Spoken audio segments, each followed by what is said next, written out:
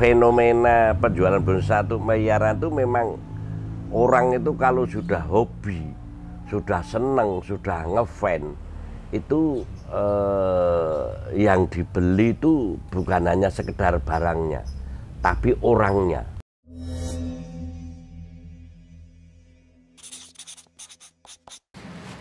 Selamat pagi warga Taniling TV. Semoga kita selalu dalam keadaan sehat dan jangan lupa untuk selalu menggunakan masker, menjaga jarak dan selalu cuci tangan.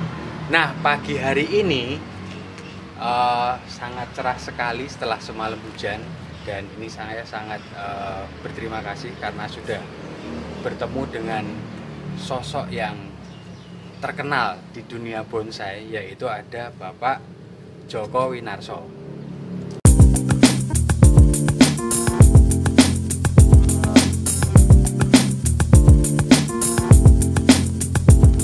Selamat pagi Bapak Joko. Selamat pagi. Sehat Bapak? Alhamdulillah, bagas waras, sehat walafiat. Pak Joko, ini saya terima kasih sekali sudah diberikan waktu di kesibukannya jenengan. Iya. Kita kepengen mengetahui tentang dunia bonsai. Iya. Dan supaya menginspirasi warga Taniling TV semua. Iya, iya. Pertanyaan pertama saya Pak yang Iya. bikin saya penasaran, Iya. itu apa sih Pak yang membuat bonsai itu harganya bisa jadi mahal? Ya, bonsai menjadi mahal itu sebenarnya itu juga bisa dikatakan benar, juga dikatakan tidak. Karena yang menyebabkan mahal itu memang bonsai itu memang ya bonsainya bagus dan waktunya sangat lama.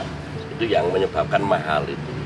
Kalau yang murah-murah kan belum jadi, belum jadi bonsai, baru bakalan bonsai atau bibit bonsai atau benih bonsai. Kalau bonsai sungguhan pasti mahal, karena prosesnya sangat lama sekali. Jadi tidak semua orang bisa membuat bonsai yang baik. Kalau bonsai yang baik itu kalau bahannya itu dari dongkel itu, untuk menjadi bonsai yang bagus paling tidak membutuhkan waktu 5 tahun. Itu kalau bahannya dari dangkel. Dangkel itu nyari-nyari. Dangkel itu yang cari bonsai yang dari hutan atau sungai atau itu yang dari dangkel. Kalau dari biji untuk menjadi bonsai yang prima bagus itu paling tidak butuh waktu 15 tahun. Itu aja harus pakai ilmu. Kalau dibiarkan ditanam tok 15 tahun ya tidak ada di bonsai. Kalau dangkelnya tidak tahu ini karakter bonsai bisa bagus atau tidak juga tidak jadi bonsai yang bagus. Jadi memang bonsai yang mahal itu karena memang barangnya bagus, punya kriteria perbonsaian yang pas, punya karakter ya meliputi ilmu botani, ilmu anatomi tumbuhan, seni bonsainya sendiri, usianya, kematangannya, gerakannya, macam-macam itu menjadi mahal. Jadi tadi harus ada kriteria juga ya Pak? Iya, harus kriteria. Ya. Kriterianya apa aja Pak yang bikin bonsai kriteria bonsai yang bagus itu pakai ilmu bodon atau ilmu yang pinter. Dari bodon ke pinter. Nah, masalahnya begini, seni itu semua seni itu mesti pakai rumus. Tidak ada seni yang tidak pakai rumus. Bonsai itu seni ya? Iya, bonsai itu karya seni. Pasti ada rumusnya. Bonsai itu karya seni. Jadi kalau ada orang mengatakan bonsai itu ada seninya, itu keliru. Seperti sampean mengatakan, wah lukisan itu ada seninya, ya keliru. Gitar itu ada seninya, ya keliru. Memang gitar itu seni musik, memang lukisan itu seni lukis, memang bonsai itu ya karya seni bonsai. Kok ada seninya? Ya memang karya seni. Masalah bagus atau tidaknya ya tergantung senimannya, pembuatnya. Tapi ada kriteria. Ada. Apa aja itu Pak? Ada, itu coro bodon aja ya. Masalahnya kalau coro angel, bagi yang belum mendalami tidak mungkin ngerti. Oh, iya. Contohnya bonsai yang bagus itu yang namanya pohon tuh yang mesti harus ada itu 3: akar, batang, cabang. Akar, batang, cabang. Lah bonsai yang bagus pasti 3 itu mesti bagus. Maksudnya bagaimana pengakaran? Maksudnya akarnya menjalar ke seluruh arah. Berarti kalau dibayangkan akarnya itu menjalar ke seluruh arah itu seperti mencengkeram bumi dengan kokoh. Pohon itu sangat kokoh, tidak mudah tumbang karena terpaan angin. Tapi kalau tidak ada kakiannya, tidak ada akarnya tadi, itu seperti patok ditancepki. Atau kalau orang bonsai moyo itu ya cencang sapi, ada patok, ada jaga listrik, ada jaran sapu gitu. Macam-macam yang ngomonginnya. Itu kalau kakinya tidak roto aja masih dipoyoi. Wah, kakinya pincang, kakinya jinjit, dan sebagainya. Itu pengakaran. Nomor 2, batang. Batangnya itu harus, kalau bisa itu ngepen. Ngepen itu dari bawah itu besar, mengecil-mengecil. Usahakan potongannya itu enggak begitu kelihatan nyata. Kalau kelihatan nyata ya potongan itu cabang-cabang. Enggak, potongan itu pohon. Pohon umpamanya sebesar ini. Ya. Pohon seperti ini langsung potong des ini. Terus kelihatan potongan. Nah, itu enggak bagus. Topnya itu harus utuh, bonsai yang bagus. Nanti topnya itu harus utuh atau potongan del kan. Kalau bahan dari hutan katakanlah mesti kan potongan. Nah itu prosesnya saking suwi ini nanti potongan itu kan keropos karena usia-usia itu kan jadi hilang agak. Minimal berapa tahun itu? Kalau dari dangkal itu minimal 5 tahun. Iya. Supaya tidak kelihatan potongan. Iya, itu agar tidak kelihatan potongannya juga dibesarkan cabangnya nanti sambil ditata atau diukir atau gimana pokoknya kreasi senimannya itu. Iya. Mengolah batangnya tadi. Iya. Terus yang ketiga tadi akar, batang, cabang. Lah cabangnya itu harus beraturan lah. Ngetrap beraturan, cabangnya diatur, tidak tumpang tindih. Ada triknya ya Pak? Ya harus dibuat, memang yang namanya karya seni dibuat, kalau tidak dibuat namanya bukan karya. Kalau batang tadi itu kan biar ngilangin keprasannya ya Pak, itu kan butuh waktu. Iya. Nah, kalau cabang ini harus diapakan Pak? Ya dilos dulu, dibesarkan dulu. Terus baru dibentuk. Iya, ya makanya tidak instan, lamanya di situ itu. Nah nanti kalau cabangannya tidak imbang juga ada lagi tindakannya lagi. Umpamanya mosok batang segede perut saya itu cabangannya baru segini. Wah ini ya belum menjadi bonsai yang bagus. Itu jadi ya. Nanti kalau ilmunya pinter ya harus gerak dasarnya gimana, kepatangannya bagaimana, dimensinya gimana, Pak angel. Itu yang taraf berikutnya. Iya.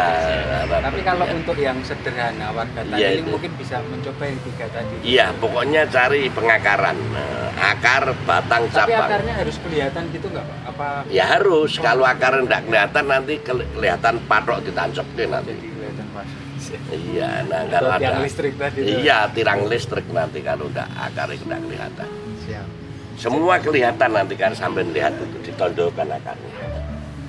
Jadi kemarin itu kita udah diajak jalan-jalan. Kalau Pak Joko Winarso kemarin kebunnya ada berapa Pak?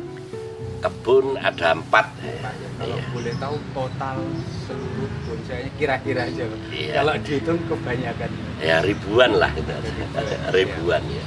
Nah itu dari ribuan itu Pak. Terus tadi kan caranya sudah.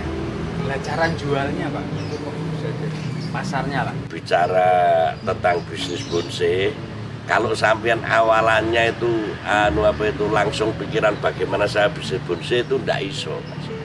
Nah, semua barang hobis itu mesti dijalani dulu dengan senang hati. Karena punya banyak, koleksi banyak, pasti nanti ada teman, saudara atau lewat apapun yang senang juga ikut mau memiliki. Ya, akhirnya dibeli gitu. Saya apa itu betul-betul ndak akan jual dulu itu, karena punya banyak orang lihat dijual ndak, nih tak belinya sekian boleh ndak, wah kok ada orang lihat tak belinya sekian enggak, nah, akhirnya karena sekarang buka dijual ndak, jual berapa sekian gitu. Tapi berawal dari punya banyak dan dilihat orang, bukan karena saya nawarkan awalnya.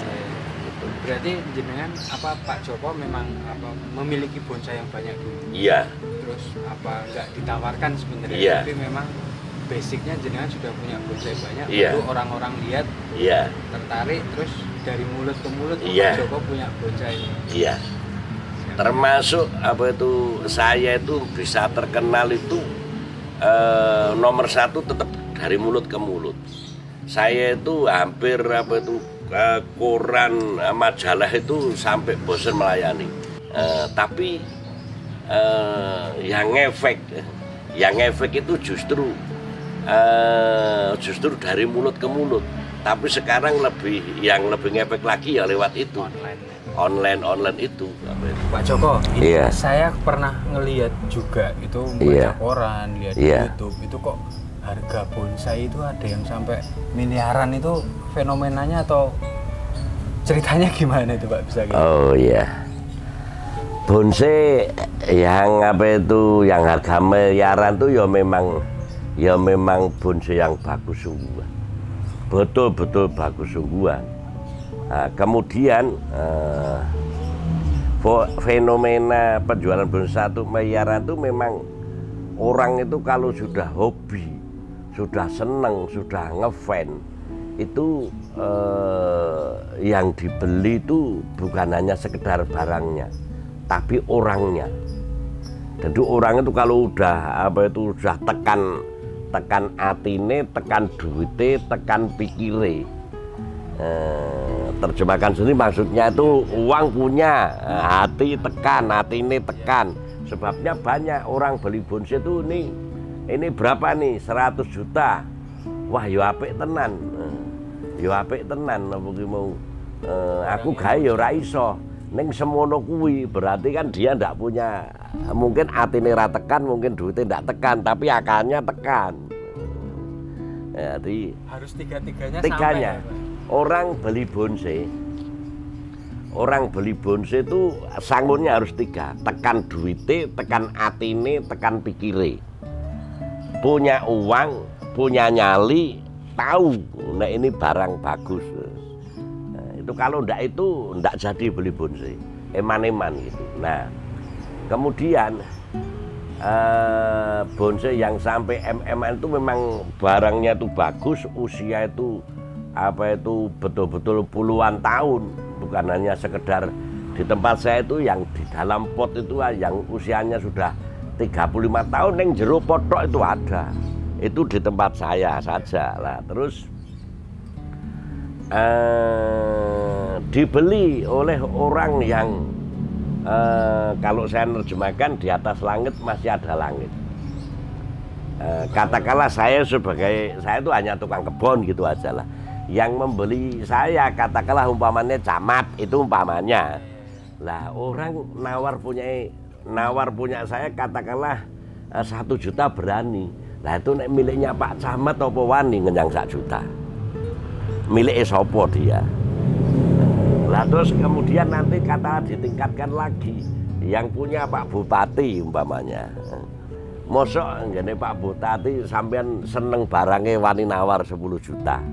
Untuk apa duit itu? Nah ternyata apa itu dunia bonsai yang mahal-mahal itu memang itu sering keluar di kontes itu dengan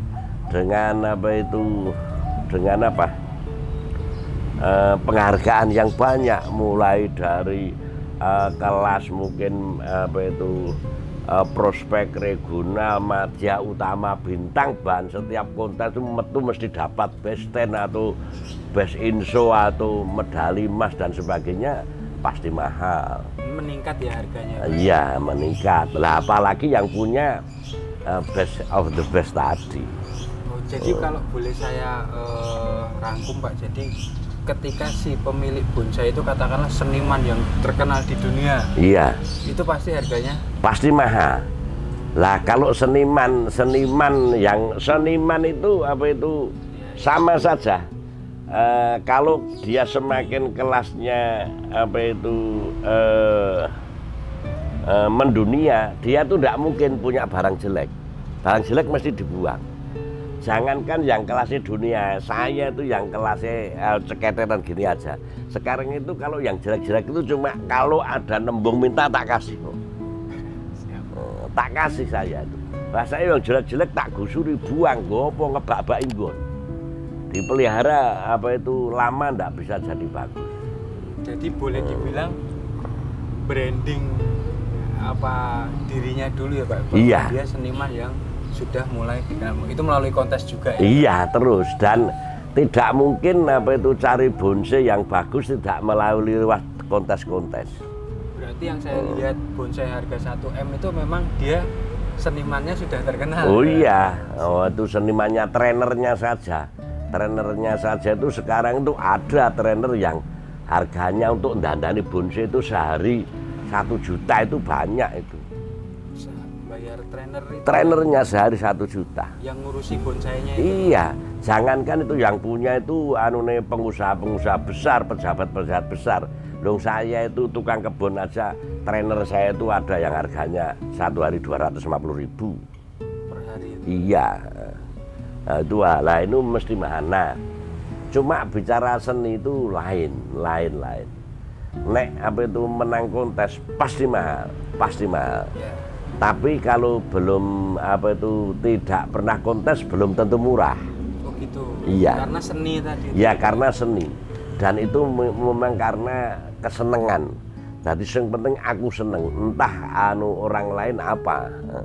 Sebabnya orang-orang yang apa itu sudah di kontes itu kalau ini aku seneng, kan soal pribadi saya. Yeah. Aku seneng, entah kata apa orang lain. Ya kalau itu kan image itu kalau orang senang itu kan ulah senang, wah punya siapa yang apa itu katakanlah karena dia senang, padahal belum tentu juga bagus, tapi karena senang. Contoh, saya senang sama Lady Diana umpamanya, apa umpamanya, dan saya orang kaya raya umpamanya, nyatanya rongsoannya mobilnya Dedi Alfayet itu laku mahal. Saya ngefans sama Gus Dur umpamanya, pesisnya Gus Dur saja saya umpamanya, tapi saya bukan orang kaya raya, berani beli ratusan juta hanya sebuah peci. Pecinya Gus Dur. Pecisnya Gus Dur.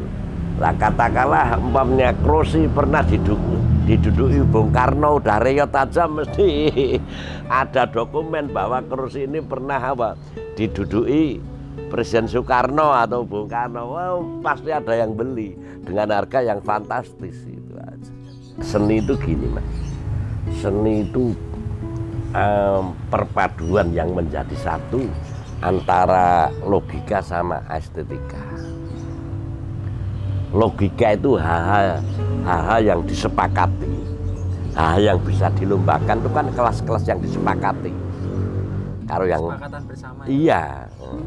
Tapi ada yang tidak disepakati itu estetika, keindahannya. Itu tidak iso disepakati. Di dalam, estetika itu di dalam. Nek logika itu nyata. Dan kesepakatan bersama. Okay. Sepakati bonsai sing apik kudu ngene, tadi kudu akar, batang, cabang mesti harus ada. Itu ndak ada itu ndak bisa. Makanya kelopo ndak bisa masuk. Karena kelopo ndak ada cabang ya. Ayo. Berarti nggak masuk ke kategori. Iya. Itu kalau 3 tadi itu berarti logikanya sama semua. Iya. Tapi estetikanya. Oh dewi-dewi. Iya. Itu yang membedakan. Aku seneng sing miring, aku seneng sing jejeg, aku seneng sing asimetris, aku seneng sing simetris kan dewi-dewi. Pak Joko, terima kasih atas waktunya dan ilmunya tentang bonsai. Semoga Pak Joko sehat selalu dan amin. Bonsainya juga sukses selalu. Amin. Jadi gitu warga Taning TV, Jangan lupa subscribe Taniling TV, dan kalau suka videonya di-share. Kalau mau tahu tentang Pak Joko juga nanti di deskripsi kita kasih nomor HP-nya. Terima kasih, salam sehat selalu. Taniling TV, bisnis agri tidak pernah mati. Sukses dan sehat selalu.